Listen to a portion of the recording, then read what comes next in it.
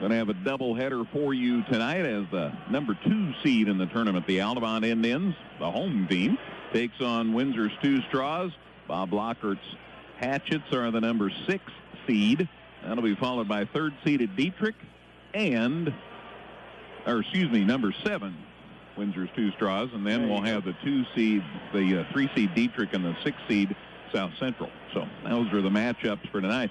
We've been monitoring things here in the few minutes before game 1 starts as ball players have to warm up. So do cheerleaders. One of the Altamont cheerleaders was injured, and as they are administering to her, and they had her seated, and we're talking with her, and now they've laid her down. They brought a gurney, and they're going to take her to be checked out just to make sure everything's okay. So that's a situation right below us on this west end of the gym.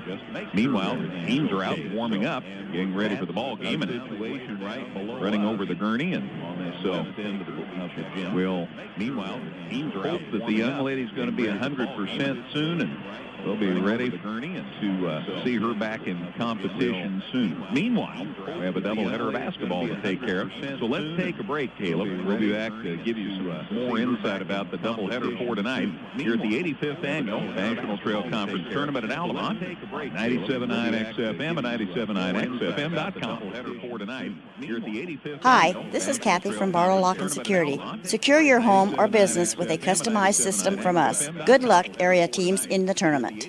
Hi, this is Kathy from Barlow Lock and Security. Secure your home or business with a customized system from us. Good luck, area teams in the tournament. Hi, this is Kathy from Barlow Lock and Security. Secure your home or business with a Brown's Drugstore at 115 West Jefferson Avenue in Effingham is more than just a pharmacy. Check out their Hallmark cards, gifts, healthcare needs, and more. Brown's Drugstore at 115 West Jefferson Avenue in Effingham is more than just a pharmacy. Check out their Hallmark cards, gifts, healthcare needs, and more. Brown's Drugstore at 115 West Jefferson Avenue in Effingham is more than just a pharmacy. Check out their Hallmark cards, gifts, healthcare needs, and more. Brown's Drugstore at 115 West Jefferson Avenue. Crossroads Bank, your locally owned, locally managed, and locally committed bank, has 2 locations to serve you, on South Banker and on North Keller Drive. Crossroads Bank, your locally owned, locally managed, and locally committed bank, has 2 locations to serve you, on South Banker and on North Keller Drive. Crossroads Bank, your locally owned, locally managed, and locally committed bank, has 2 locations. Come see all the redesigned Chevrolet and Toyota models at Dan Heck Chevrolet Toyota, located south Route 45 here in Effingham, or at danheck.com. Come see all the redesigned Chevrolet and Toyota models at Dan Heck Chevrolet Toyota, located south Route 45 here in Effingham, or at danheck.com. This is the Dan Heck Chevrolet Toyota pregame show. Dan Heck Chevrolet Toyota, your complete transportation headquarters since 1958. Dan Heck Chevrolet Toyota pregame show. Well, we're back at Altamont getting ready for our first of our doubleheader tonight. But again, an Altamont cheerleader fell during the warm-up for a stunt, and they had her seated in the black chair seat, and we're talking with her. Susie Parks doing her usual great job of ministering to her, and the decision was that maybe they needed to take her and get a closer look just to make sure everything's okay. There's family down here, so there's no worries about me talking about it. But they have her on the flatboard now, and then they're going to put her up on the gurney, and then they can wheel her out to the ambulance. They've been talking with her all the time, so want to make sure that we share that with you. But it's a scary deal. So they've been talking with her all the time. As soon as if we hear anything about her condition, we'll be sure to pass that along to you. Crew from Abbott Ambulance just about has her in place about her condition, and then they'll be wheeling her off to be examined just to make sure everything's okay. What an advantage, though, that they've had over the last several years with these athletic trainers that are on staff and available to these sporting events. And tonight it's Susie Parks working through Sarah Bush Lincoln, that's a part of the program here at Altamont, that's on staff tonight. And these athletic trainers give up a lot of their time to be able to be available as a service to these kids. And she's done a great job. And now, like you say, the Abbott crew taking over, and She's gonna be in good hands, headed to get some more evaluation. And she's I've known Susie for at least 10 years, back when she was in high school, and she does this with a passion, like most caregivers do. So they have her belted in, and they'll be taking her off for examination, and so that will be an opportunity to see what her condition is. I like the fact that they were able to talk with her all the time, and in fact, she's talking right now. So that's encouraging. So that's the situation again. An Altamont cheerleader was warming up and fell, and they have decided to take her for treatment. And if we hear something as to her condition, we'll be sure to pass that along to you. Well, they stopped the clock with 4 minutes to go, long enough for us to remind you we have a doubleheader tonight. Altamont takes on Windsor Stew-Stras in the opener, and then it's Dietrich and South Central. So we have 4 teams that are yet to play in the tournament this week, and here we are on Wednesday night. And I tell you what, it's a long week when you have to wait till Wednesday to play in this tournament. That's how it was for me my senior year. I still remember vividly being so antsy to get ready to go by Wednesday night. It felt like everybody had played it, and some teams have played a couple of times, especially with the format the way it used to be. But here it is, Wednesday night. You've got your chance. You better be ready to go, because these teams in this tournament are going to duke it out, and they've seen that with some good ball games already this week. Tonight's winners will play Friday night. Tonight's losers will play Friday night. So that's the summation about how that works. Except the loser of this first game will play in the 5 o'clock game tomorrow. There's a triple header tomorrow, and Cotton Beecher City, which lost game 1, plays the loser of this first game at 5 o'clock Thursday. We have a triple header tomorrow night. Remember, we'll be on the air at about 10 till 5 tomorrow with the first game pregame show, so be mindful of that. We have a triple. Want to remind you also, we'll have live video streaming as well as audio streaming of all games this week.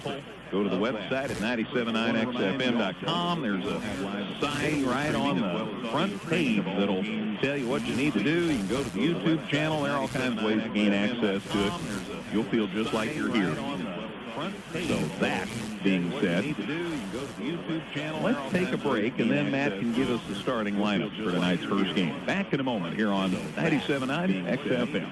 Hi, Evergreen Nursing and Rehabilitation Center is proud to announce their new outpatient therapy. Evergreen now offers physical, occupational, and speech therapies for their patients. If you need therapy, don't worry. Evergreen's outpatient therapy can help you too. Give Evergreen a call today for a tour. And speech therapies for their patients. If you need therapy, don't worry. Evergreen's outpatient therapy can help you too. Give Evergreen a call today for a tour. And speech therapies for their patients. If you need therapy, don't worry. Evergreen's outpatient therapy can help you too. Give Evergreen a call today for a tour. And speech therapies for their patients. If you need therapy, don't worry. Evergreen's outpatient therapy can help you too. Give Evergreen a call today for a tour. And speech therapies for their patients. If you need with an expanded service department, our new Express Lube, and a huge lineup from Chrysler, Dodge, Jeep, and Ram, Geckner Brothers continues to build on the service and trust we've earned since 1937. Visit us online at GecknerBros.net. Brothers continues to build on the service and trust we've earned since 1937. Visit us online at GecknerBros.net. Brothers continues to build on the service and trust. Leisure Times at Keller and Jefferson at Effingham has everything you'll need for your indoor and outdoor recreational needs.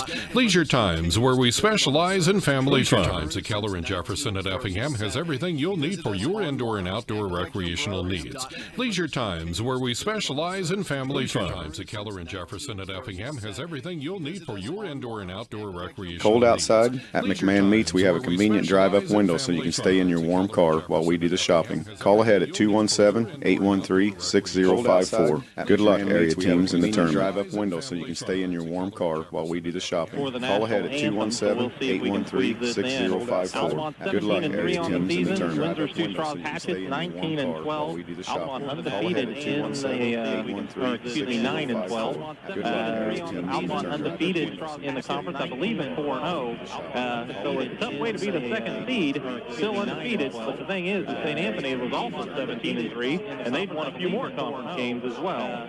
So it looks like we're getting set for the national anthem here as Scott Beal is introducing everybody to the contest, and we see that the Altamont Flyer has stepped out onto the gym floor.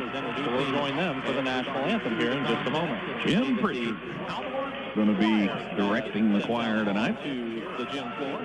So we'll join them for the national anthem here in just a moment. Jim Pretty going to be directing the choir tonight. To the gym floor. So we'll join them for the national anthem here in just a moment. Jim Pretty going to be directing the choir tonight.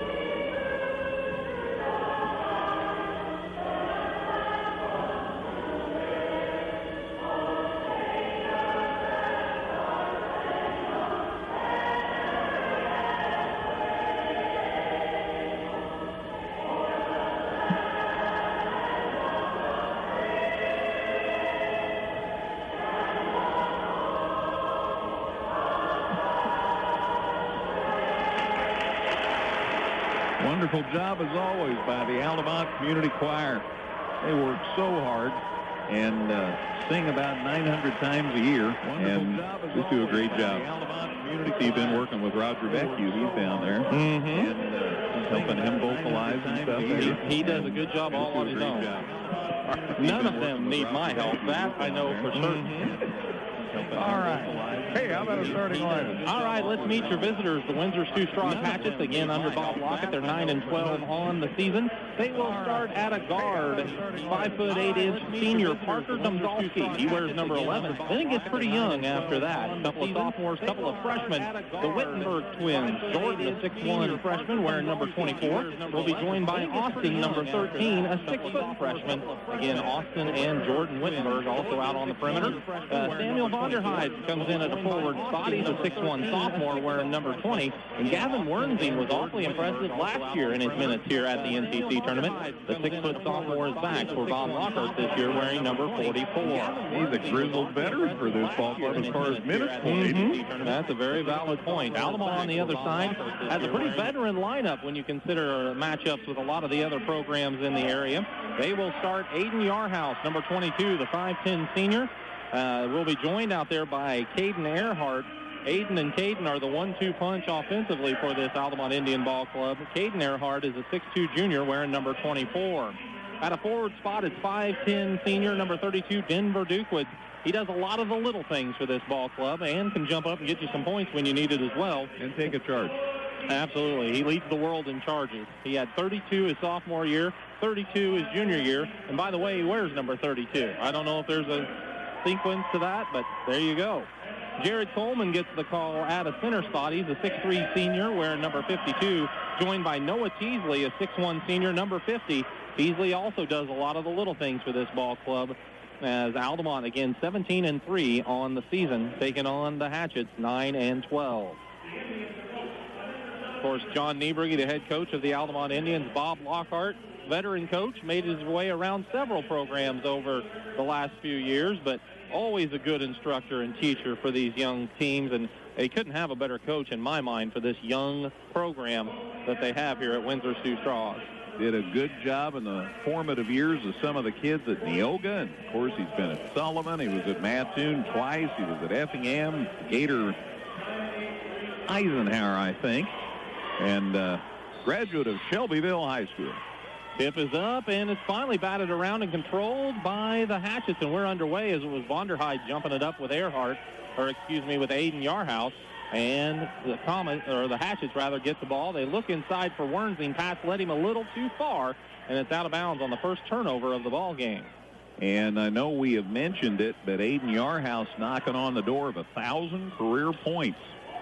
Highly likely he'll get it tonight. He runs the ball up the court for the Indians, handles the point guard responsibilities quite a bit.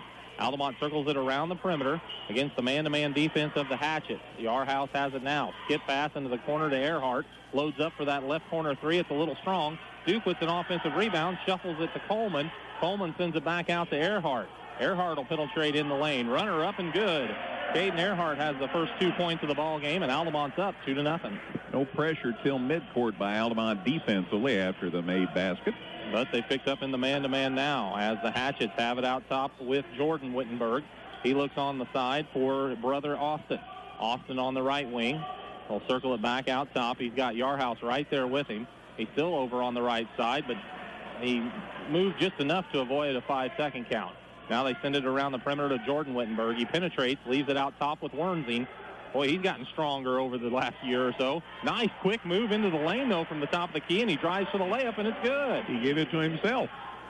Gavin Wernsing ties the ball game up at 2 as Yarhouse crosses the timeline. He's at the top of the key, has picked up his dribble, and leaves it with Teasley out top. Now right back to Yarhouse. He's double-teamed, works around it, gets the ball in the corner to Dukwitz. Corner three, in and out, no good. Rebound snagged by Jordan Wittenberg. Here come the Hatchets with a pass to Domzalski. He gets it up court. Works to the left side of the lane. Now drug his pivot foot as he tried to dish it off, but didn't get the pass away before he traveled. The second turnover for the Hatchets. Great crowd already. We still have another game to go. Altamont and Windsor Stew-Stras tied at 2. 6:10 to play in the first quarter as Yarhouse gets it across the timeline for the Indians. Brings it to the right side. Now leaves it out top with Teasley. He bounces it on the right side. Again, it's Dukwitz. Now they go left corner. 3 on the way from Earhart is way too strong. Samuel Vonderheide grabs the rebound on the weak side. He leaves it with Domzalski, who brings it up court. Altamont back defensively. They go to Wernsing. He drives the left baseline, sends it a pass across the lane, but stepping up and drawing a charge was Noah Teasley. As Wernsing let the ball go, he crashed into Teasley. First foul on either ball club. It's the third turnover on the Hatchets already. So Altamont with another chance to retake the lead in this 2-2 affair. Early on, just over 2 minutes played, Yarhouse from the center circle works around the double team, leaves it out top to Dukwitz, now to Coleman. He'll square up for the 15-footer at the free throw line, no good. Rebound tapped out of bounds. Teasley couldn't control it, and it'll go to the Hatchet. And Coleman's shot looked good. Bounced around and then out. So the Hatchets will try to take their first lead of the game. Been tied at 2 for a little while. Domzalski brings it to the right side, now bounces it out top to Vonderheide. They swing it around the perimeter. In the corner. Now back out top. They get it to Domzalski. Now Vonderheide right baseline, and he stepped on the baseline. Got a little too far underneath and turns it over. That's a few now for the Hatchets. 4? Wow. Young ball club. Turnovers can be a problem. So here comes the Indians again. Still 2-2. 5:07 on the clock. Top of the key. Teasley for 3. Buries it. Noah Teasley's first points of the tournament makes it 5-2 in favor of Altamont. Got 3-2 on the board. I think they'll get that corrected shortly. I'll bet they will. 5 minutes. They'll get a lot of help with that. 5 minutes to play in the first quarter. Working it around the perimeter. They get it to Austin Wittenberg. He looks down in the corner to Jordan Wittenberg. Back out top. Wernsing 3 is up and good. That looked good from the minute it left his hand. So a couple of three-pointers, and we're tied at 5 now. Here's Altamont on the attack. Baseline, Earhart. Nice pass underneath. They got it to Coleman. He tried to go up for a shot. It was blocked, but he fouled, and Coleman goes to the line for a couple. I think Austin Wittenberg got him. Double check. Second foul on the Hatchets, and it is on Austin Wittenberg, his first. So Jared Coleman, the 6'3" senior, steps to the line. Free throw is up and good. So 3 players have scored for Altamont, and they have a total of 6. And, well, they sounded the buzzer, but the kid's coming in for the shooter. That'll be Jared Ruffner if Coleman hits this free throw, and he does. So Coleman hits both free throws, and here comes Jared Ruffner, that 6'1" junior from Altamont. We'll see his first action. First sub for either team, right? That is correct. So, Parker Domzalski will get it across the timeline as he works to the left wing. Dukewood's right there with him, but he does find Wittenberg. I know it's Wittenberg. I just can't tell which one. I believe it's Austin. He bounces it across to Jordan. Now they get it to Domzalski in the right corner. He's looking inside. Ruffner, though, fronts the post and gets the steal. 5th turnover for the Hatchets. They leave it with Dukewood, who drives up court, got into a crowd, and they say he traveled with it. He got up in the air and apparently came down with it before he let go of the ball. First turnover on the Indians. Kind of got in no man's land. He had 3 kids around him there in the lane. Couldn't get a shot away. So again, Domzalski will bring the ball up court, trying to give Windsor Stew-Stras a tie or maybe the lead if they knock down a 3. There's a pass on the side. Wittenberg takes the jumper. It's no good. Teasley with the rebound. That was Austin's shot. That was missed for the Hatchets. Altamont pushes it up court. Earhart to Teasley, driving the left side of the lane, lays it up and in. Noah Teasley has 5, and it's 9-5 in favor of Altamont. His job of attacking the basket, and he didn't run over anybody. Got around the defender and stuck it up and in. 3:30 on the first quarter clock. There's a nice look inside, but Wittenberg is stripped of the ball. Great recovery by Earhart as Jordan Wittenberg was underneath the basket, lost it. Altamont pushes it up to Yarhouse. Yarhouse drives into the lane. Little runner is up and good, and all of a sudden Altamont has expanded to an 11-5 lead, and Coach Lockhart's seen enough. He takes the timeout. It'll be a 30-second break with 3:16 to play in the first quarter. Altamont leads Windsor Stew-Stras 11-5 at the NTC tournament on 97.9 XFM. Niemerg Steakhouse has been serving Effingham and the surrounding communities for over 40 years. Niemerg Steakhouse, proud supporters of local and area high school sports. Whether you're in the market to purchase a new or pre-owned vehicle, Northside Ford on North Keller Drive in Effingham will find a car that works for you. Check out their selection of cars and trucks today.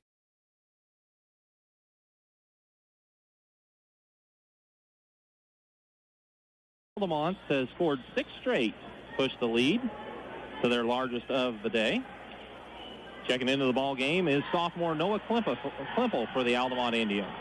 Meanwhile, Vonderheid has it on the right wing, working on Teasley, goes baseline, tried to kick a pass out top, and it's taken away by Yarhouse. He gets the steal, drives to the right side, layup no good. There's Ruffner, a rebound, put back is good.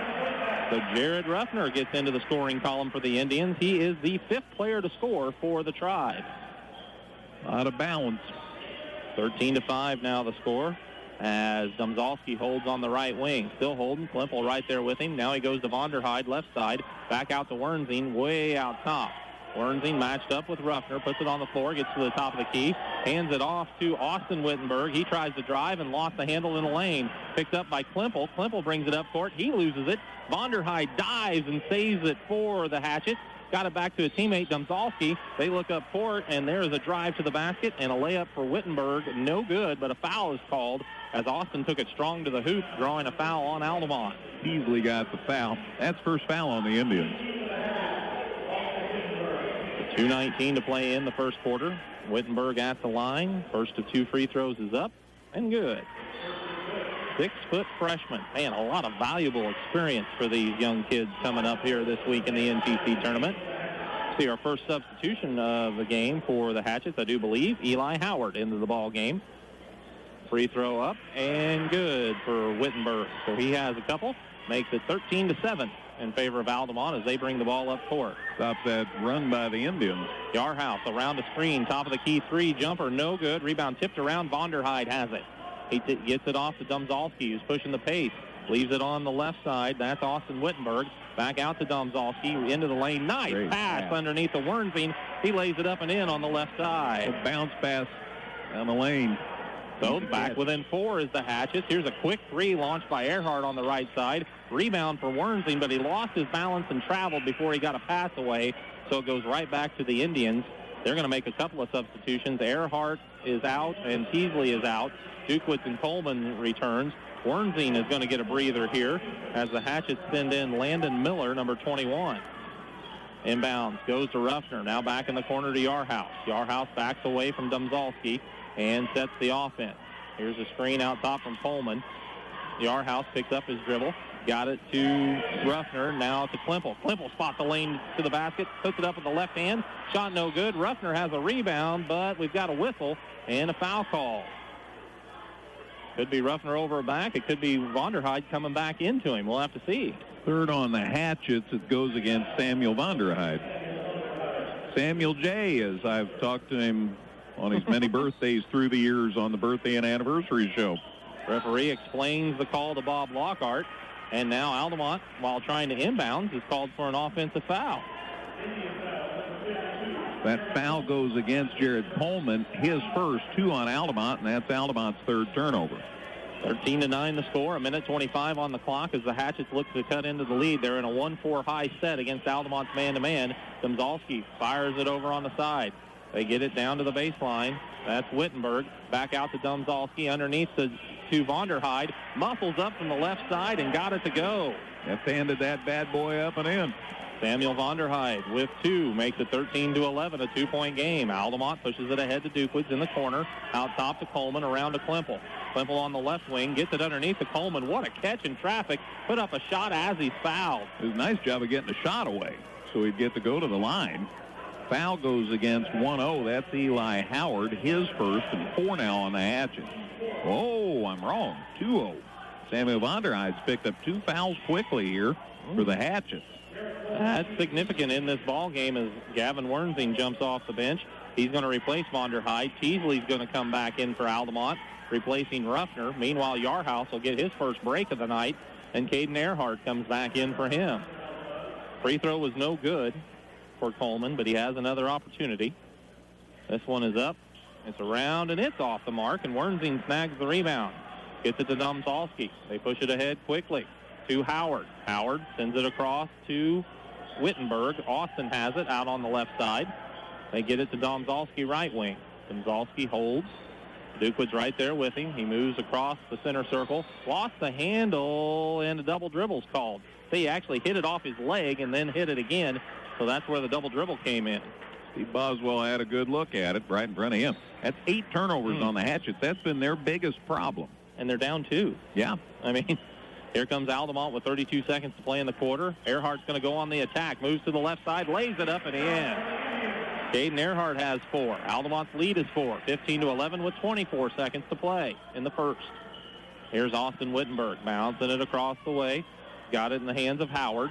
Howard brings it to the right side, leaves it with Wernsing, now out to Domzalski. Center circle with 10 seconds on the clock. He moves to the right wing.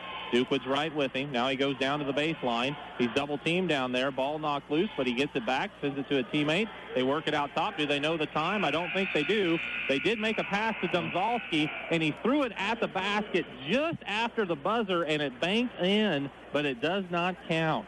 First quarter comes to a close as Altamont leads 15-11. Over Windsor Stew-Stras at the 85th Annual National Trail Conference Tournament on 97.9 XFM. Whether you're in the market to purchase a new or pre-owned vehicle, Northside Ford on North Keller Drive in Effingham will find a car that works for you. Check out their selection of cars and trucks today.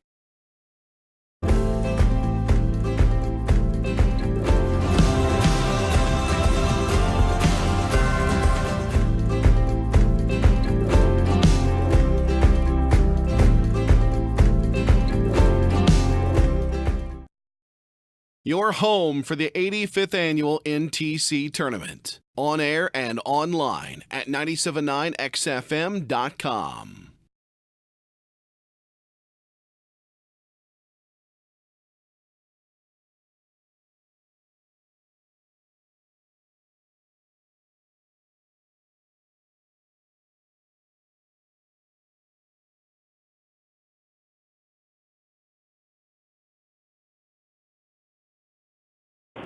Altamont with the ball in a 15-11 lead as we start the second quarter of action.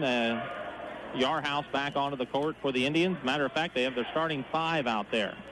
So they get it to Duquitz on the right wing. Back out top to Yarhouse. Again to Duquitz. Right corner 3 on the way. Good. Denver Duquitz scores his first point of the ball game, and Altamont's up 7, 18-11. No denying that Altamont has 3-point as a key part of their offense. And the Hatchets push it inside. Shot in there for Miller. No good. Rebound taken by Yarhouse. Here comes the Indians. Yarhouse pushes it ahead to Duquitz. Nice pass back to Teasley, but the layup's no good. Rebound Domzalski. Boy, a good look for the Indians. Just couldn't cash in.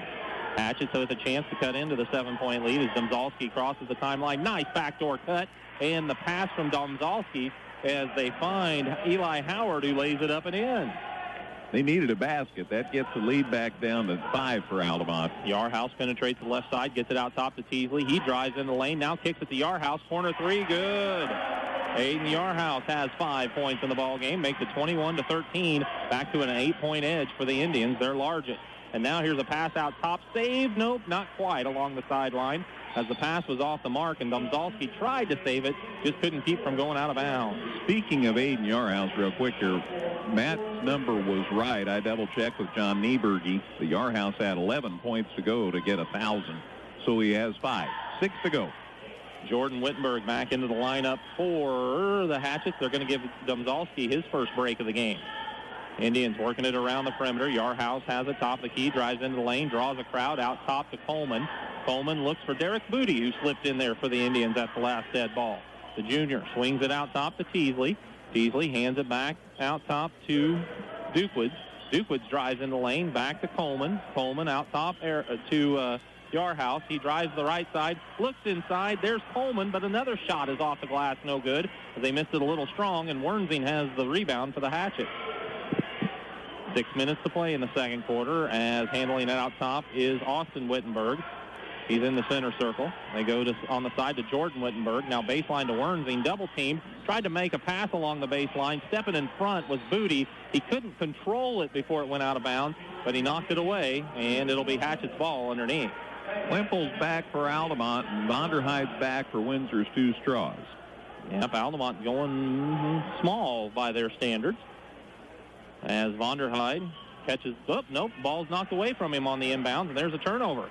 As it's picked up by Yarhouse, drives, leaves it with Klimple, right side layup, good as he's fouled. He got back in the ball game just in time. Nice pass, setting him up as well, as Altamont's up 10. That's their largest lead of the game. And Altamont has put 7 kids in the scorer's book, I do believe, thus far. Austin Wittenberg's second foul. That's 5 on the Hatchets. Another timeout taken by the Hatchets with 5:45 to play in the second quarter. It's going to be a 6. Local, secure, enduring, and more convenient than ever, Washington Savings Bank is located in Effingham, Mattoon, and anywhere you are with their 24/7 virtual branch. Member FDIC.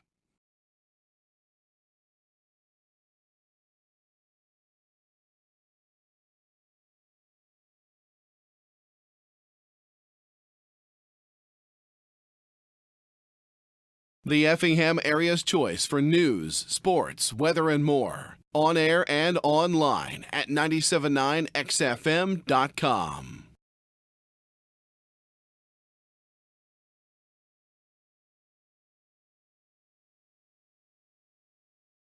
Hi, this is Kathy from Barlow Lock and Security. Secure your home or business with a customized system from us. Good luck, area teams in the tournament.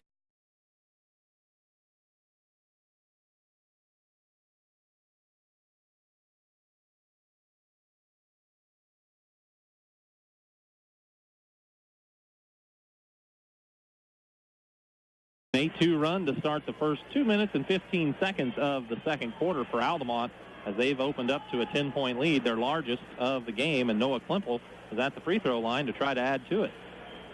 And he does convert the three-point play, making it 24-13, as now Altamont's gone to some full court pressure, and Wernsing's looking to get it inbounds, can't find anybody, and the violation will give it back to the Indians. Third turnover this quarter for the Hatchets, and that's becoming a problem for them in this game. Well, it's 11 turnovers in the game, and they're shooting really well, but they aren't getting enough shots.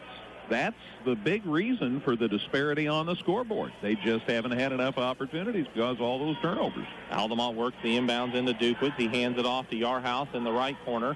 Sends it out top to Booty. Man-to-man defense here for the Hatchets as Booty gets a screen out top from Teasley. Takes it to the left side, spins back, leaves it out top for Dukewoods for a three, and he buries it. Denver Dukewoods knocks down his second three-pointer of the ball game, and now we have a violation on the inbounds. They say the player wasn't fully out of bounds before triggering it in, so it goes back to Altamont on another Hatchet turnover.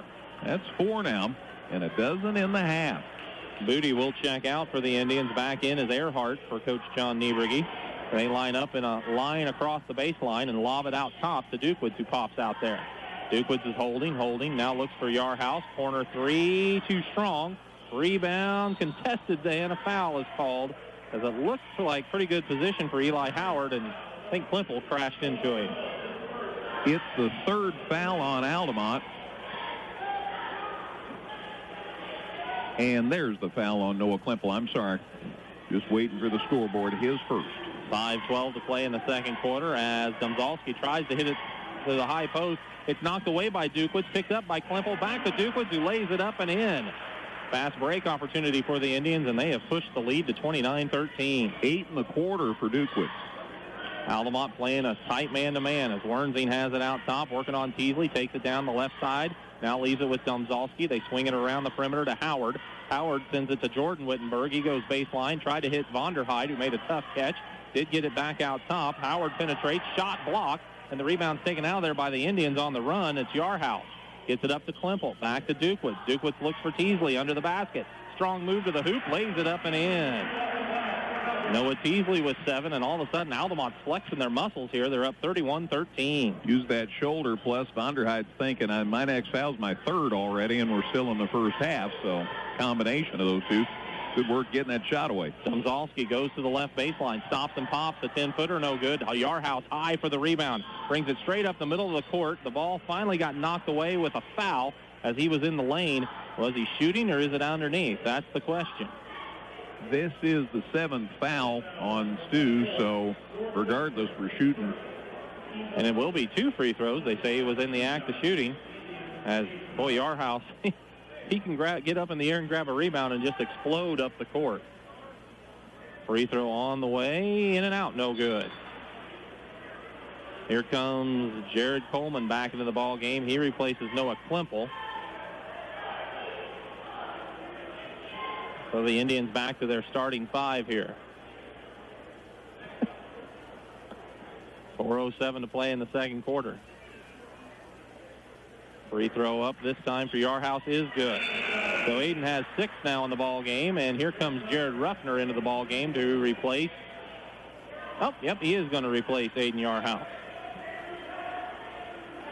So 4:06 to play in the second quarter. 32-13, Altamont up 19, their largest lead of the contest. Domzalski walks it across the timeline. Altamont switches defenses here as Windsor Stew-Stras handles it pretty well. They get it inside to Wernzing. He's now triple teamed. Somebody reached in and got called for a foul. 4-2, I'm guessing. It is. Jared Ruffner picks up his first, but still just 4 on Altamont. So now Teasley will check out, and Klimple comes back into the ball game for the Indians. Vonderheide looking to trigger the inbounds for the Hatchets. Looks in the left corner. Finds Wittenberg. 3 on the way is good. Jordan Wittenberg has his first 3 points of the contest, making it 32-16. Hatchets only had 2 points in the quarter up until that point. Earhart from the top of the key drives into the lane. Ball knocked away. It's out of bounds off the Hatchets. 5-10. Go ahead. I'm sorry. 3:42 to play in the second quarter. 32-16. Altamont has the Hatchets doubled up here. Inbounds goes to Ruffner. Ruffner hands it back to Earhart. Earhart traveled with it as he started to make his move. 17-5. The Indians have the edge here in this second quarter. That's the first turnover there on Altamont in the quarter. 3:40 to play in the half as Domzalski brings it up court. Just walks it across the timeline. Looking to set up against Altamont's man-to-man this trip. They get it out top. Jordan Wittenberg sends it across to Howard. The senior puts it on the floor, gets into the lane, draws a crowd, muscles up a shot, and he got it to go. So they've scored 2 trips in a row. Eli Howard makes it 32-18 with his 4th point of the contest. Altamont, Caden Earhart walks it up court, just stops and pops a 3, and he buries it. Caden Earhart with 7, makes it 35-18, 3:05 to play. 4 threes in the quarter for Altamont. There's Vonderheide handing it off to Wernzing. He's going to load up a 3 from the right wing, and he buries it. Gavin Wernzing in double figures with 10, makes it 35-21.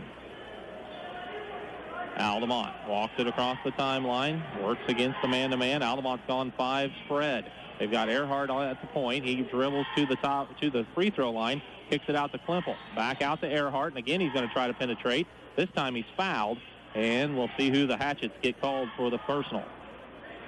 This is absolutely bonus time. Officials are talking. 2 whistles went off, and they want to make sure they got the same thing. And Travis White's going to let us know that the subs can come in, which is Teasley and Yarhouse for Altamont, replacing Klimple and Coleman. Howard picks up his first foul for the Hatchet. I believe Austin Wittenberg checked back in there for the Comets as well. Meanwhile, Earhart hits the first of the 1-and-1. So he has 8 in the contest, and it's 36-21. Deb Winter says hello from Cape Coral, Florida. Greg, Matt, and Wayne, thanks for all your hard work so that I can watch and cheer on my Altamont Indians from Florida. Always had a great time when I was at the National Trail Conference Tournament and listened to the band and visit the hospitality room. Just great tournament atmosphere. Thanks again. Deb helped run the show here at the NTC for many a year, and she made a wonderful butterscotch pie for me. Deb, I just wanted you to know it was delicious. Thank you very much. 2:15 to play in the second quarter. The Hatchets working the ball around the perimeter. They trail 37-21 after that free throw was good for Earhart. He hit them both. As Wernzine has it on the left wing, holds high, now looks for Domzalski in the corner. Domzalski brings it out to the left wing, now all the way out towards the center circle. Got Duquitz right there with him with 1:50 on the clock. They look on the side for Wittenberg. That's Austin. He has it on the left wing, bounces it out top to Vonderheide, swing it to Domzalski right side. Tried to go into Wernzine, and he got fouled as Ruffner was going for a knockaway. 5th foul on Altamont, but Ruffner has a couple of them. So Vonderheide will be the trigger man under the basket for the Hatchets. I say under the basket. It's always off to the one side or the other a little bit. That would be tough under the basket. I'm trying to start saying beside the basket. There we go. So far that works. Domzalski has it out top, works it on the right side, and holding out there is player, I'm not sure. Vonderheide has it again. They skip it across. Yes, it is indeed Austin Wittenberg who drives the right side and sticks it up and in. Wittenberg has 4. He said, just mention me when I score. Here's a shot put up by Earhart, blocked. Nice defensive play by Jordan Wittenberg.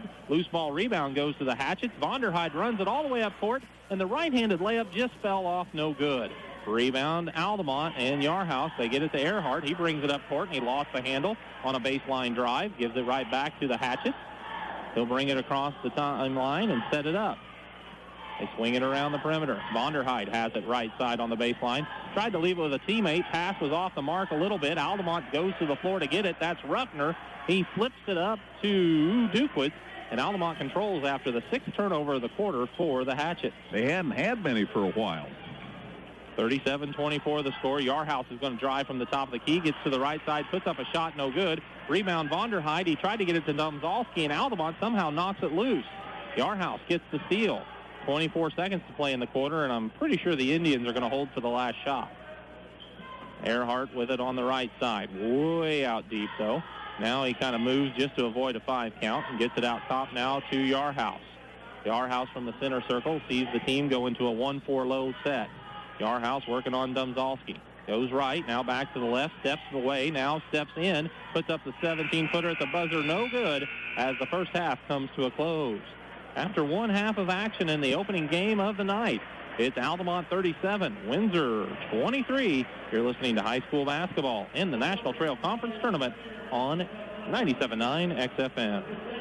Now that winter... Come see all the redesigned Chevrolet and Toyota models at Dan Heck Chevrolet Toyota, located south Route 45 here in Effingham, or at danheck.com. Effingham Express Care is there for all your urgent care needs. They're open 7 days a week and no appointment is needed for all injuries and illnesses. Plus, they have on-site x-ray. And they accept all major insurance and offer a self-pay discount. For more information, visit centralillinoisurgentcare.com. Evergreen Nursing and Rehabilitation Center is proud to announce their new outpatient therapy. Evergreen now offers physical, occupational, and speech therapies for their patients. If you need therapy, don't worry. Evergreen's outpatient therapy can help you too. Give Evergreen a call today for a tour. With an expanded service department, our new Express Lube, and a huge lineup from Chrysler, Dodge, Jeep, and Ram, Geckner Brothers continues to build on the service and trust we've earned since 1937. Visit us online at GecknerBros.net. Leisure Times at Keller and Jefferson at Effingham has everything you'll need for your indoor and outdoor recreational needs. Leisure Times, where we specialize in family fun. Cold outside? At McMahon Meats, we have a convenient drive-up window so you can stay in your warm car while we do the shopping. Call ahead at 217-813-6054. Good luck, area teams, in the tournament. Niemerg Steakhouse has been serving Effingham and the surrounding communities for over 40 years. Niemerg Steakhouse, proud supporters of local and area high school sports. They really took the game over early in the second period as they now hold a 37-24 or 37-23 lead here at the half, as Altamont had quarters of 15 and 22 for their 37, and Windsor Stew-Stras had quarters of 11 and 12 for their total of 23. Altamont very balanced across the board with lots of players in the scorebooks thus far. Caden Earhart has 9, Denver Dukewitz with 8, Aiden Yarhouse has 6, Noah Teasley with 7, Jared Coleman has 2, Jared Ruffner has 2, and Noah Klimple has scored 3 points. And Derek Booty has also seen the court for the Indians in the first half of action. For the Windsor Stew-Stras Hatch, it's Gavin Wernzing leads them, and all scorers with 10 points. 4 points apiece for Eli Howard and Austin Wittenberg. Jordan Wittenberg knocked down a 3 for his only basket, and Samuel Vonderhyde has 2 points at the half. Parker Domzalski hasn't scored yet. And I think that Landon Miller has played for the Hatchets, and I think that covers everybody that's been in for Bob Lockhart here in the first half of action at the opening game of the night here at the 85th Annual National Trail Conference Tournament, as we have Dietrich and South Central coming up next in the nightcap. So another good one on tap here at the 85th Annual National Trail Conference Tournament. And Greg's working on some stats. We'll check on that, get you some more halftime information when we come back here on 97.9 XFM.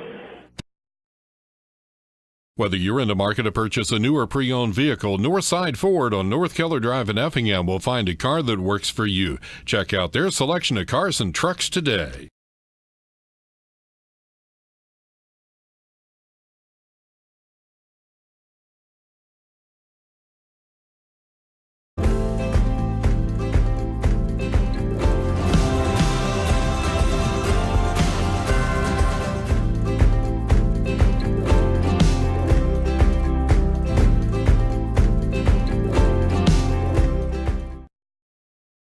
Local, secure, enduring, and more convenient than ever, Washington Savings Bank is located in Effingham, Mattoon, and anywhere you are with their 24/7 virtual branch. Member FDIC.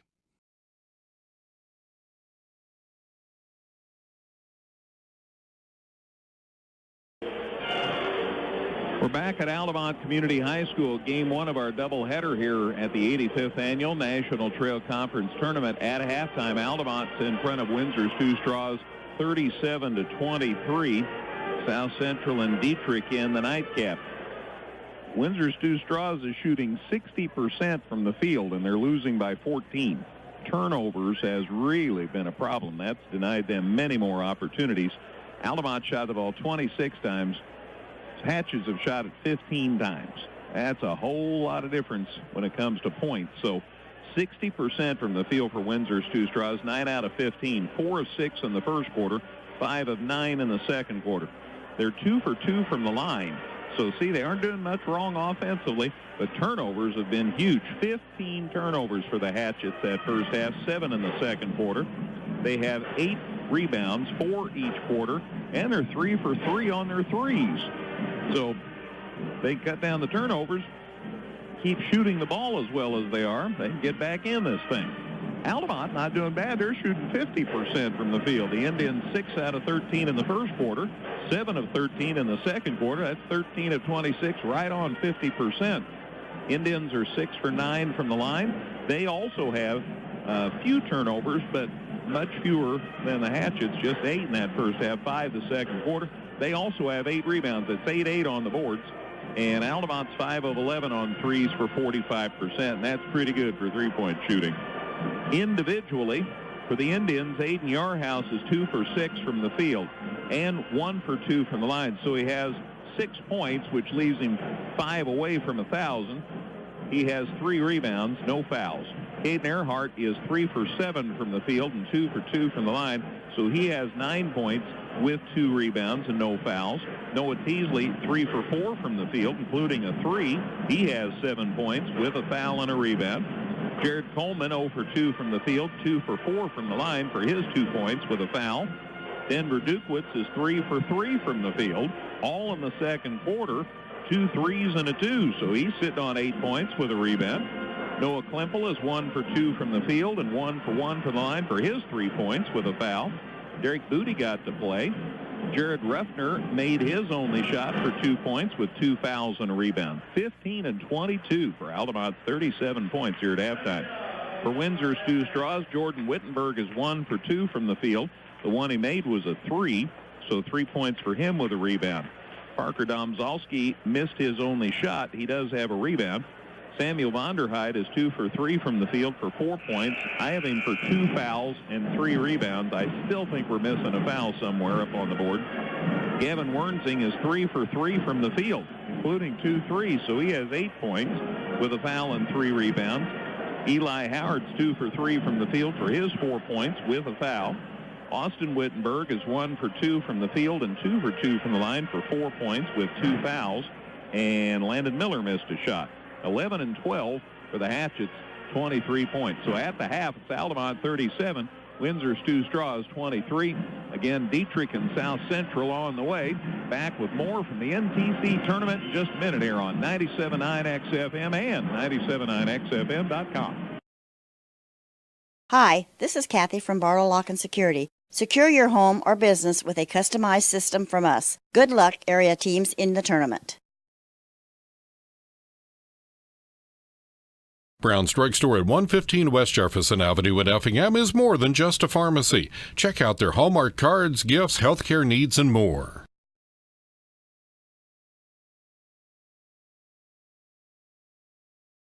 Crossroads Bank, your locally owned, locally managed, and locally committed bank, has 2 locations to serve you, on South Banker and on North Keller Drive.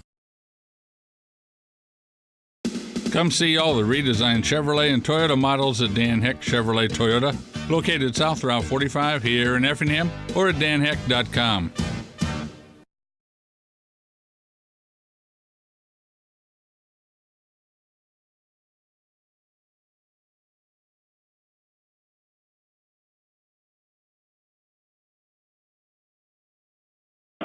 Shelley Norton from Herrick says hello. She's checking out the tournament online. You go to the front page. Wayne's got it pretty easy. Even I can understand it. You just click on it and you're good to go. We've got people, we've heard from people pretty much all over the nation so far. Working out pretty well. Yep, just go to the website station there at 97.9xfm.com, or you can just go to your YouTube app and search 97.9 and you'll find us pretty quickly there. Remember, triple header tomorrow night game. First game's at 5 o'clock, so keep that in mind. It'll be Cowden, Herrick, Beecher City, and whoever loses this game. And then 6:30 and 8 o'clock, so different start times. Going to be a little later for the 2 games tomorrow night because we're going to sneak a 5 o'clock game in also. Looking out on the court, it looks like 5 starters out for each ball club as it's Windsor Stew-Stras ball to start the second half of action. They trail Altamont 37-23. Altamont picks up in a man-to-man. Domzalski crosses the timeline, looking to set the offense. Fires it down on the baseline to Austin Wittenberg.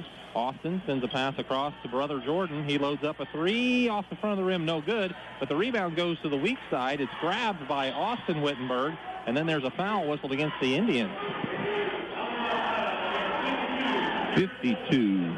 Coleman picks up his second foul.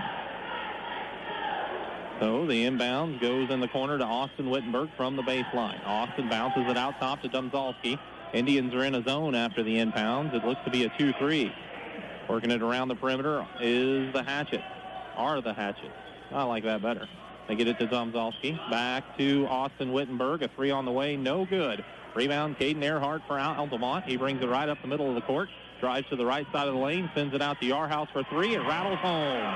Aiden Yarhouse has 9 now in the ball game, and his next basket will put him at 1,000.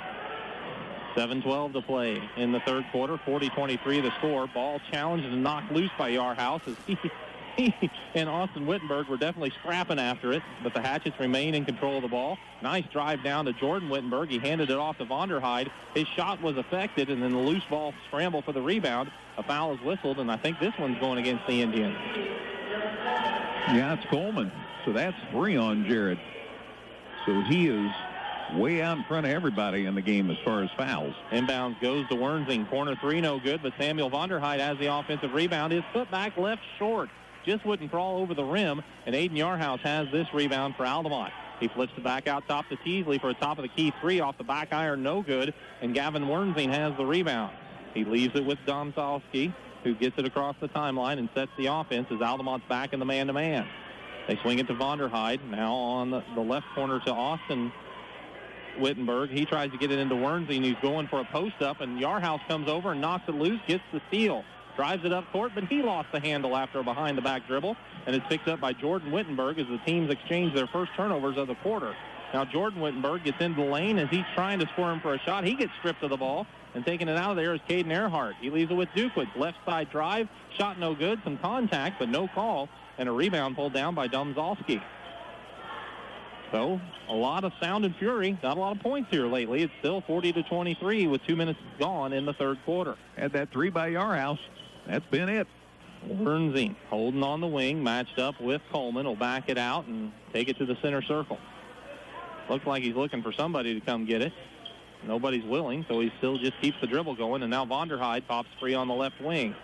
Vonderheide gets a screen out there, moves to the top of the key to the free throw line to Wernsing. Now in the corner to Jordan Wittenberg. Three on the way, no good. Rebound taken by Caden Earhart, and Altamont's pushing it. Earhart ahead to Duquid. Back to Yarhouse. Three on the way from the wing is left short, and the rebound comes down to Domzalski.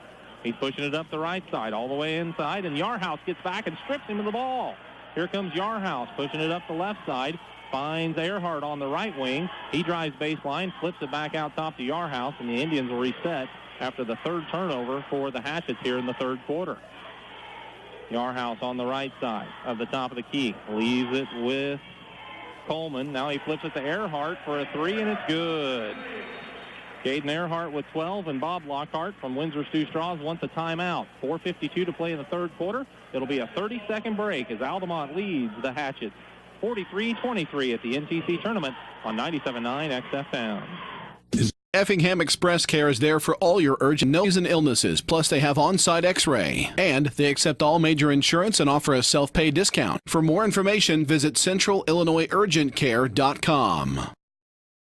Your home for the 85th annual NTC tournament. On air and online at 97.9xfm.com.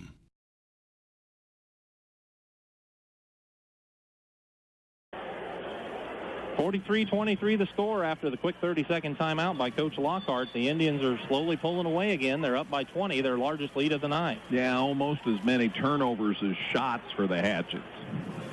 Derek Booty into the ball game for the Altamont Indians. He replaces Jared Coleman with those 3 fouls. The Hatchets are working it around the perimeter. Domzalski has it in the right corner, matched up with Noah Klimple, who's also back into the ball game for Earhart.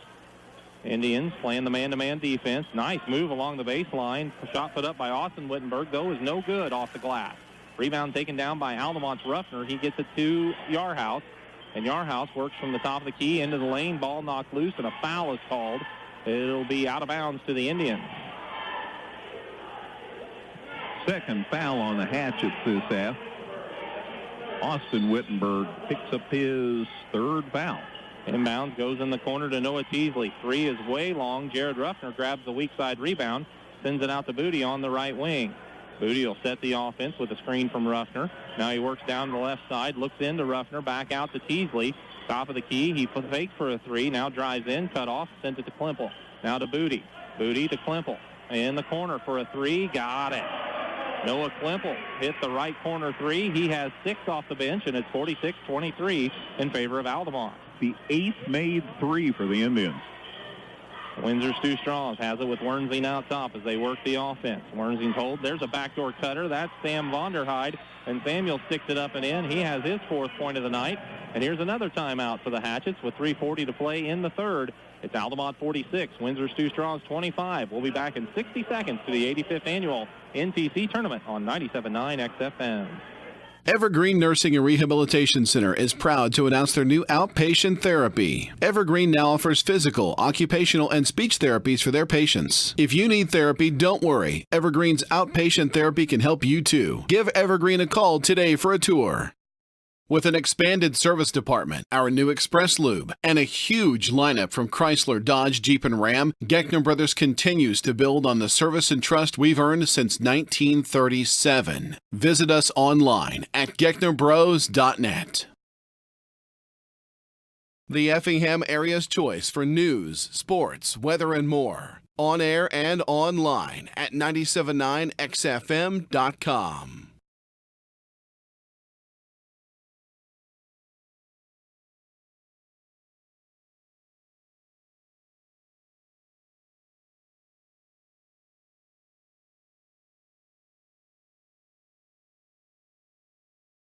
Altamont ball after the timeout. 3:35 to play in the third quarter. Aiden Yarhouse crosses the timeline as Altamont brings it up court. They set the offense. Flips it to Jared Ruffner, top of the key. Now to Booty. Booty swings to the left side. Nice pass inside to Ruffner. Turns, spins, shot off the glass is good. Tough catch. Nice shot. Jared Ruffner with 4 makes it 48-25. After a really nice pass. Austin Wittenberg working out top with it at the center circle. Bounces it over to Jordan Wittenberg. He's on the right side as the freshman drives the baseline, cut off by Klimple. Spins back into the lane, leaves it with Vonderheide. 12-footer on the way, bounces home. Samuel Vonderheide has a couple of buckets here in the third quarter. He has 6 in the game, and it's 48-27. Hatch's problem is those are the only buckets they have in the third quarter, so maybe he's going to ignite some teammates. Yarhouse flips it to Booty, who goes out top to Ruffner. Back to Booty, who swings it to the left wing. Now they find Teasley at the top of the key, out to Klimple. Klimple gets it to Yarhouse. Deep 3 on the way. Around, no good. Rebound tipped around and finally controlled by Vonderheide. The Hatchets will bring it up court as Vonderheide got it to Domzalski. Little trouble out top with the dribble, but he saves it, and they get it to Wernzing underneath. Wernzing on the baseline, spins into the lane, sends it to Domzalski. He fires a 3. It's no good. Rebound Ruffner. Outlet to Booty, and Booty runs it up the court for the Indians. 4 boards for Ruffner. Booty goes all the way on the left side. Nobody stopped him, but the layup's left short. Rebound tied up between Ruffner and Wernzing, and the possession arrow will favor the Indians this time. Substitutions. Checking into the ball game for Altamont is Duquid and Earhart. They replace Teasley and Booty. Here comes Eli Howard back into the ball game, and Landon Miller for Windsor Stew-Stras. Domzalski and Wernzing have a seat for the Hatchets. Ben Wernzing will be back start of the fourth quarter. Inbounded, lobbed out top to Duquid. Now over to Booty. Now to Yarhouse. Left wing. Covered up quickly. Still holds, though, on the left side. Gets a screen from Ruffner. Now looks inside. Nothing doing. Picked up his dribble. Got it to Earhart. Back out top. And Yarhouse will set it up again. Yarhouse from the top of the key. Moves into the lane. Kicks it out to Duquid. Duquid drives the left baseline. Out top to Yarhouse. Top of the key. 3. Got it. That's his 1,001 point with 1:42 to play in the third quarter. It's 51-27 the score as Altamont leads Windsor Stew-Stras. Meanwhile, the Hatchets working it around the perimeter. They've got it out top with Landon Miller as the Altamont fans continue to applaud as Indians play some defense here. They get it in the corner to Howard, to the Hatchets. They swing it around the perimeter. And Wittenberg has it out top. Austin has it tapped by Yarhouse, so Austin gets it back, sends it over on the side. That's Miller. He drives in on the right side. Shot's no good because he's fouled. And heading to the line will be Landon Miller. If I understood what John Nieberg said in the hospitality room there, now they're going to have it. And then they're going to have a special presentation later.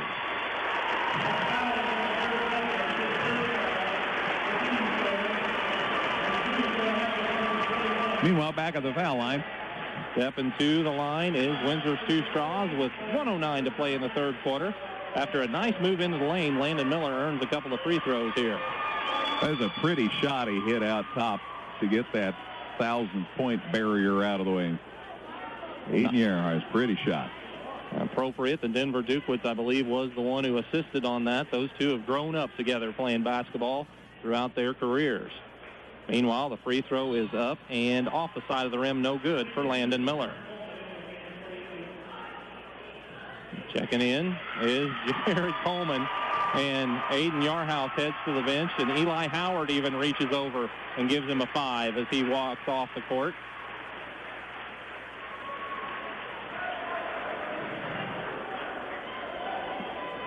.109 still on the third quarter clock as the next free throw is now on the way for Landon Miller.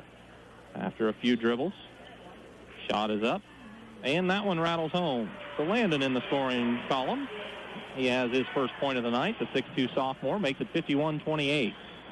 Altamont works the ball to the center circle with Earhart. He drives down the middle of the lane, puts up a shot. It's no good, but he's fouled as Altamont earns a trip to the line. At least fouled at least once. Let's see who they called it on. It's the third foul on the Hatchets. This one goes against Landon Miller. He is first. So with 58.3 seconds on the clock, the free throw is up and good for Caden Earhart. He has 13 in the ball game. And that makes it 52-28. 58.3 seconds on the clock. Earhart's free throw rattles out this time, no good, and Samuel Vonderheide grabs the board. Hatchets push it up court. They've got it out top with Austin Wittenberg. He gets it over on the side to Howard. Howard in the corner to Vonderheide. Pass, way too much steam as it skips out of bounds on the cross-court pass, and it's the fourth turnover for the Hatchets. I guess if you're looking at anything positive here, the Hatchets had 8 turnovers in the first quarter, 7 in the second quarter. That's just their 4th here in the third quarter, so getting a handle on them. Derek Booty checks back into the ball game. He replaces Jared Ruffner. So, with 42 seconds left, Altamont inbounds from the sideline. They get it across the timeline with Earhart at the top of the key. Loads up for 3, and it's good. Earhart has 16 now in the ball game, making it 55-28. 28 seconds to play in the third quarter. Vonderheide bounces it for Wittenberg, who's posting up. Turns. I think he was trying to make a pass. He was fouled. We know that. I think Klemple got him. Let's see if Steve Boswell agrees. Yep. Klemple picks up his second foul. That's 3 on the Indians this half. Hatchets will trigger the ball from the baseline as Vonderheide looks in the corner, finds Jordan Wittenberg for 3, no good. But Austin Wittenberg on the weak side grabs the rebound. He sends it to Miller. Miller back all the way out top to Austin Wittenberg, to Jordan Wittenberg. Now to Miller again in the right corner. He goes high post at the elbow to Vonderheide. He's trying to work for a shot, splits the double team, and then travels with it. Wasn't much room, but Vonderheide was bound and determined to try to get to the basket. Coleman wasn't going to let him get any closer. Forced the turnover. 4.7 seconds to play in the quarter. Dukewitz will inbound. Altamont has it the length of the court. They get it to Yarhouse, who just checked back in. He runs it across the timeline, stops at the three-point arc, fakes, now pulls up for 3, and he got it at the buzzer. It will count for Aiden Yarhouse. He has 15 in the ball game, and that pushes Altamont up 30, 58-28 as the fourth quarter will get underway after this 60-second break from the 85th annual NTC tournament. And we'll be back in 60 seconds on 97.9 XFM. Cold outside? At McMahon Meats, we have a convenient drive-up window so you can stay in your warm car while we do the shopping. Call ahead at 217-813-6054. Good luck, area teams, in the tournament. Niemerg Steakhouse has been serving Effingham and the surrounding communities for over 40 years. Niemerg Steakhouse, proud supporters of local and area high school sports. Whether you're in the market to purchase a new or pre-owned vehicle, Northside Ford on North Keller Drive in Effingham will find a car that works for you. Check out their selection of cars and trucks today. Your home for the 85th annual NTC tournament. On air and online at 979xfm.com.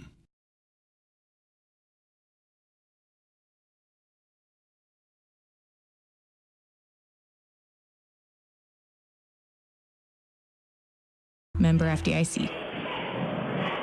Hatchets ball as the fourth quarter gets underway here at the 85th annual NTC tournament. Substitutions to tell you about, but we'll inform you as we move along. as Landon Miller has it out top, leaves it with Gavin Wernzing. He swings it into the right corner to Howard. He's going to drive baseline, gets inside, and lays it up and in. Nice move by Eli Howard. He has 6, and Altamont pushes it up to Noah Klimple. Back out to Derek Booty.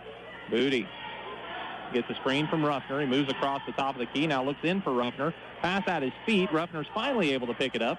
Sends it back out to Booty to Will Schultz, number 44, making his first appearance of the ball game. He handed it to Booty, who almost lost it, but Klimple was there to help him out. Now Klimple moves from the top of the key, drives to the left side. Shot no good, but he's fouled, and Noah Klimple will go to the line for a couple. I think Landon Miller got him. Let's double check, though. It's the 4th foul on the Hatchets. And Landon Miller's 2nd foul. Klimple's free throw on the way off the side of the rim. No good as it bounced around and came off. Again, continuous clock here in the 4th quarter as Altamont was up by 30 to start the quarter. Altamont 7 of 12 that 3rd quarter. That's way over 50%. Klimple hits the 2nd one. He has 7 off the bench tonight for Altamont, who lead 59-30 with 6:40 on the clock. More than that, Altamont was 6 of 9 on threes in the 3rd quarter. Riley Walden in the ball game for the Hatchets. Sends a pass across to Eli Howard. Howard finds Landon Miller. Nice look underneath for the cutter. That was Austin Wittenberg. They cover him up quickly. Shot is blocked by Earhart. Loose ball rebound. Will Schultz has it. The officials are going to talk. One's kind of signaled jump, and one might have been signaling foul. They're going to go with the jump call, and it'll favor Altamont. First turnover this quarter for the Hatchets. So besides the 7 of 12 from the field for Altamont, 1 for 2 from the line, just 1 turnover, 6 rebounds.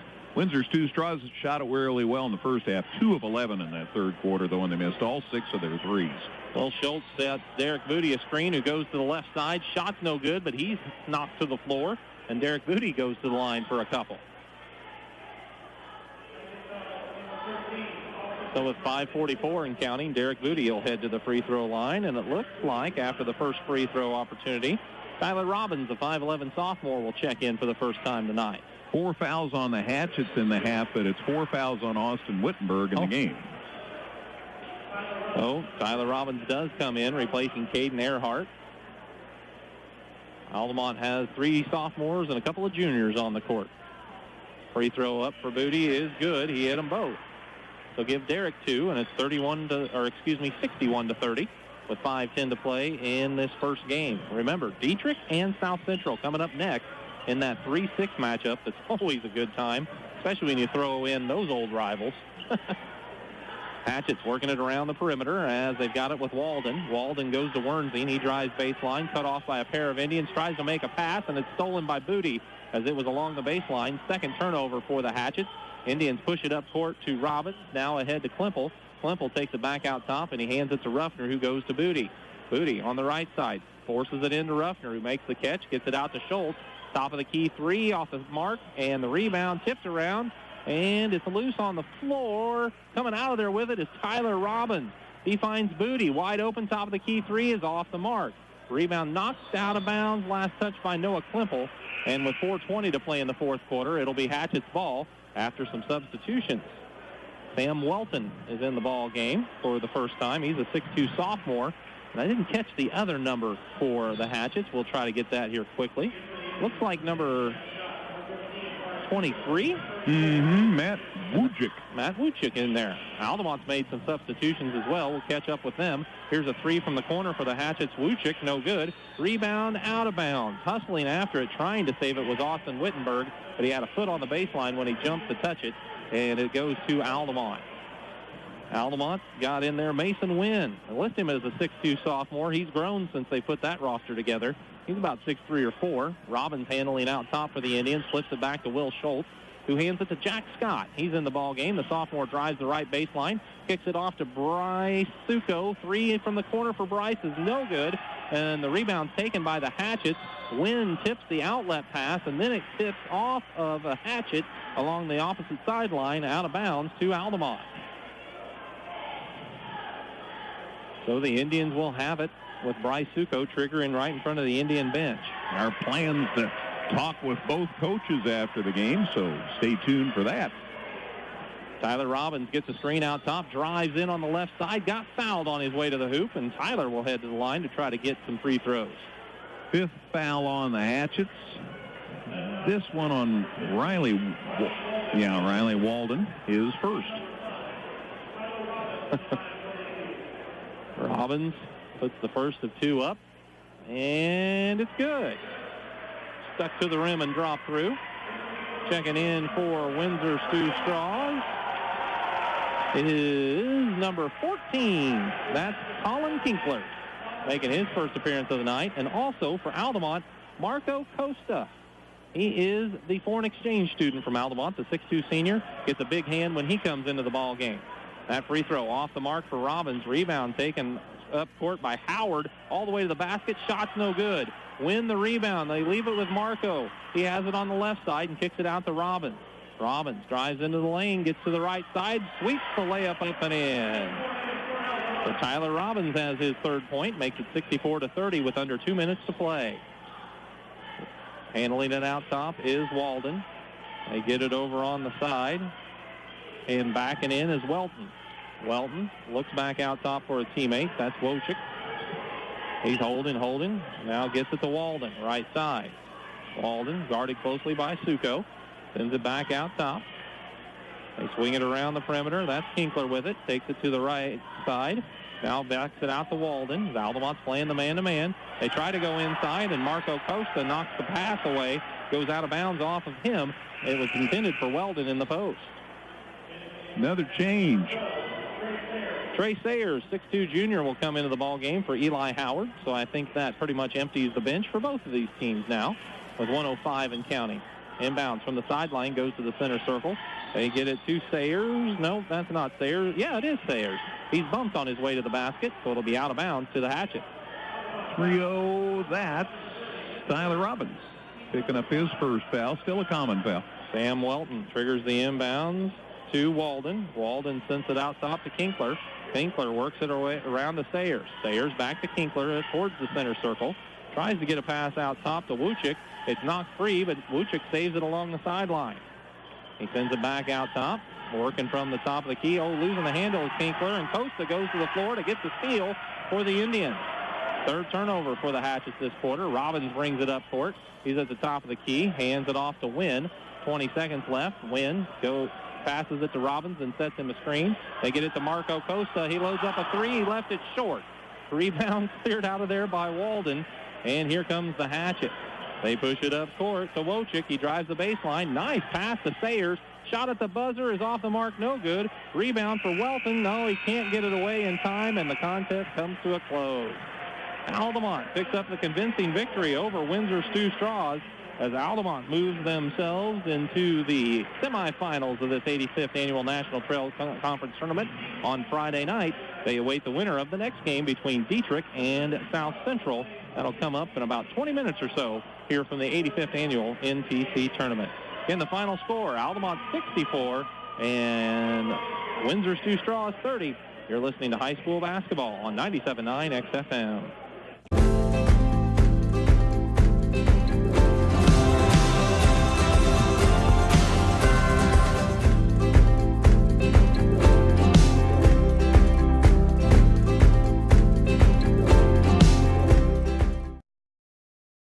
Local, secure, enduring, and more convenient than ever, Washington Savings Bank is located in Effingham, Mattoon, and anywhere you are with their 24/7 virtual branch. Member FDIC.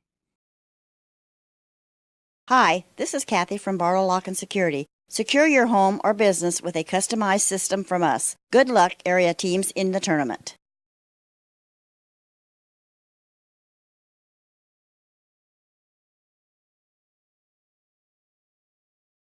Brown's Drugstore at 115 West Jefferson Avenue in Effingham is more than just a pharmacy. Check out their Hallmark cards, gifts, healthcare needs, and more.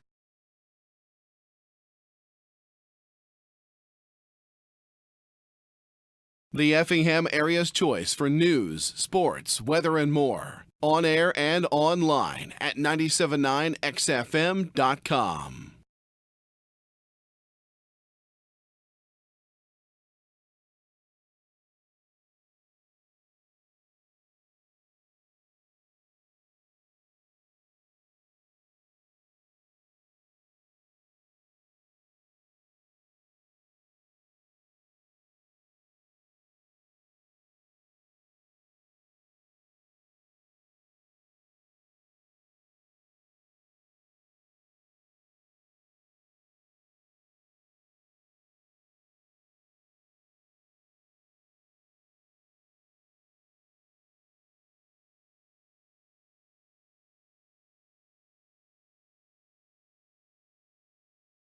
Farm Credit Illinois postgame show. Farm Credit Illinois, assisting farmers for over 100 years. We welcome you back to the 85th Annual NTC Tournament, where the final score in our opener on this Wednesday night was Altamont 64, Windsor Stew-Stras 30. Altamont had quarters of 15, 22, 21, and 6 in the continuous clock fourth quarter, while Windsor Stew-Stras had quarters of 11, 12, 5, and 2 for their total of 30. Leading all scorers tonight was Caden Earhart with 16. Aiden Yarhouse finished with 15. His 11th and 12th point came on a three-point shot. That gave him 1,001 in his high school career. Noah Teasley finished with 7, as did Noah Klimple off the bench for the Indians. Denver Duquitz had 8 points.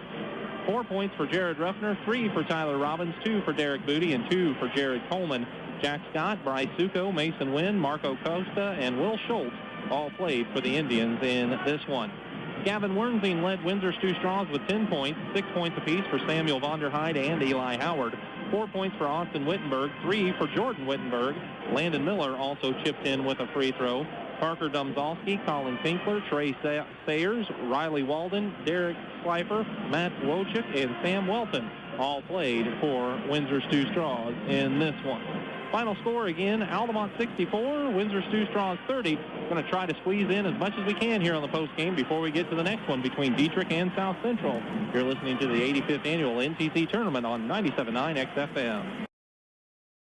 Crossroads Bank, your locally owned, locally managed, and locally committed bank, has 2 locations to serve you, on South Banker and on North Keller Drive.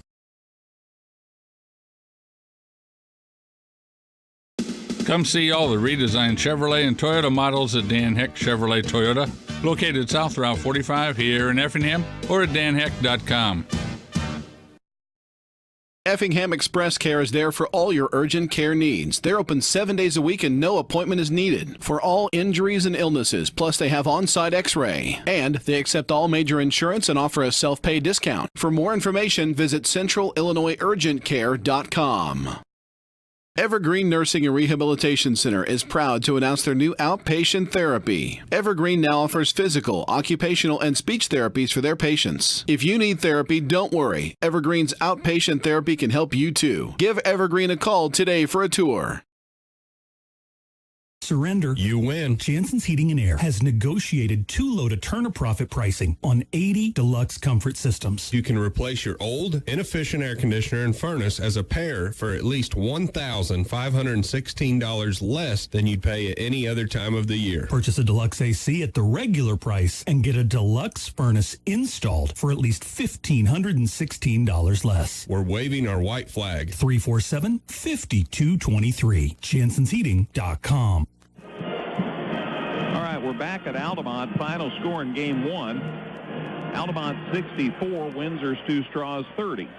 And Altamont shot well throughout the game. They were exactly 50% from the field, 21 of 42. 13 of 26 in the first half for 50%. 8 of 16 the second half for 50%. 21 of 42 on the game for 50%. And that included 11 of 23 threes. Holy cow. They had 23 threes. They had 19 twos. Altamont 10 for 17 from the line for 59%. Just 9 turnovers for the Indians and only 1 in the second half. That's a great number. And that's what you do when you have the lead, is you protect the basketball. 16 rebounds for Altamont, 8 each half. Windsor Stew-Stras 39% from the field, 12 of 31, 12 of 31.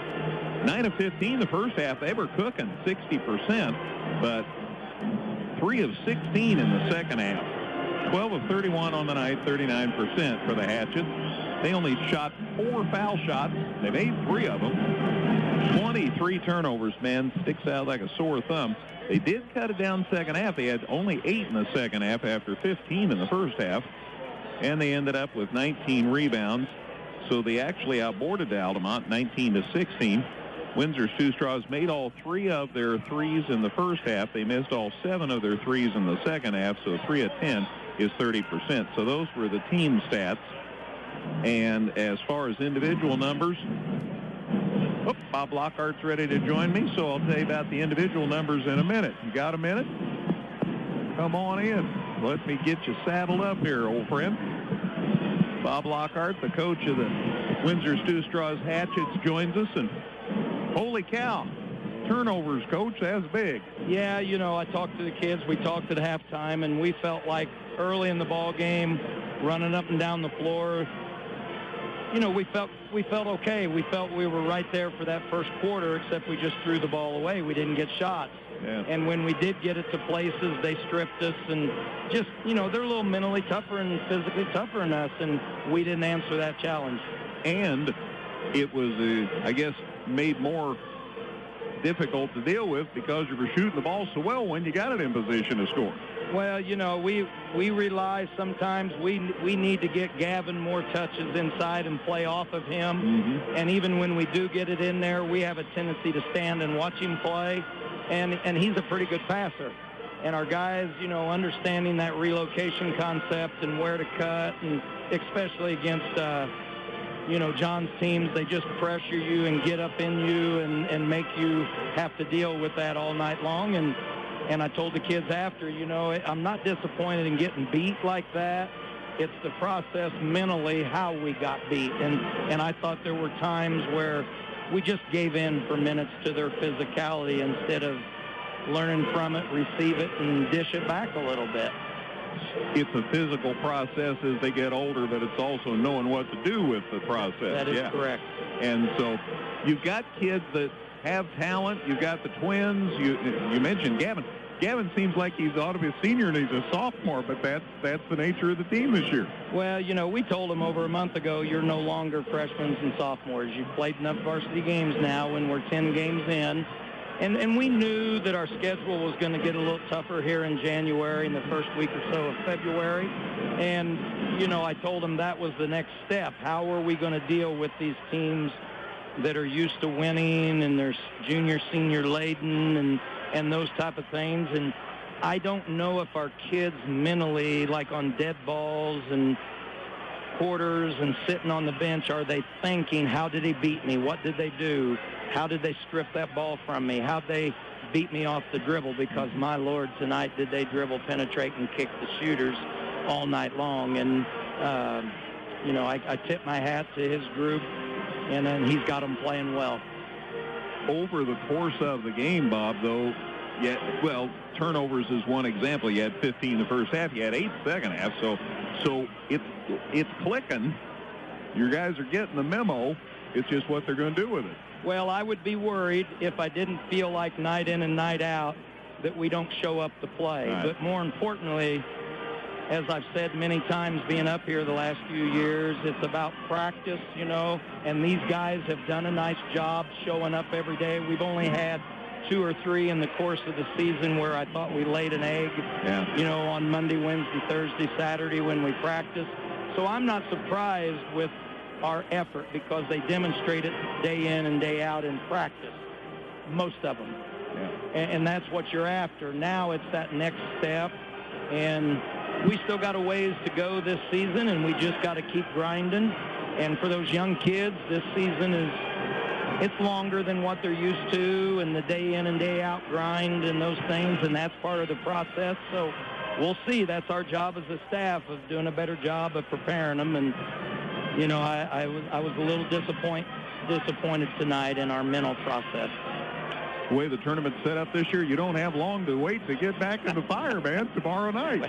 Well, that 7 seed gets you that, and that's okay. I felt like that's what we deserved from our earlier victories that we did in the league and those things, and stole a few along the way to get that opportunity. And again, I told them down there, it's not who we're playing. It's about what we do right now and keep working on what we do. It just happens to be, you know, Cowden beat you tomorrow, so let's keep playing, and your objective is to be ready so that we can extend our week and keep getting more games under your belt. So that's what we're going to attempt to do tomorrow, but there's no guarantees. Very good. Always a pleasure, Bob. Thank Good to you. talk to you. We'll Thank see you. You bet. See you tomorrow night. That's Bob Lockhart, Windsor Stew-Stras coach. John has been waiting patiently. Hi, Tim. Waiting patiently here. We'll let John saddle up. Congratulations on the win. Thank you, sir. Appreciate it, Mr. Staff. You know, it's got to be cool to coach a kid who gets you 1,000 points. And let's talk about that before we talk about the game. That's pretty special. Yeah. You know, Aiden He scored 4 points his freshman year. We had an inkling that he's good enough to get there as a freshman, so we kind of gave him a little razzing when he was a freshman. But he's really worked hard. He was a short, scrawny kid, and he's really worked hard in the weight room. He improved athletically tremendously. Got his shot more quicker. That's good English, but he got a quicker shot. And the kid is asking for my key to come in the gym constantly. And can I go in the gym? Can I go in the gym? He loves basketball. He's what this program's been about. He's just another run of that good guards we've had the past 5-6 years. So we're happy that he got that accomplishment.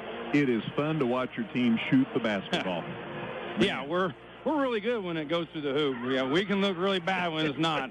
But when we make baskets, we're a pretty tough team. Our defense and rebounding, we pride ourselves in that. But when the other side of the ball comes, then we can really ratchet up the defense. But Caden Earhart, Denver, Noah, Aiden, even Noah Klimpel when he gets out there, he can shoot it.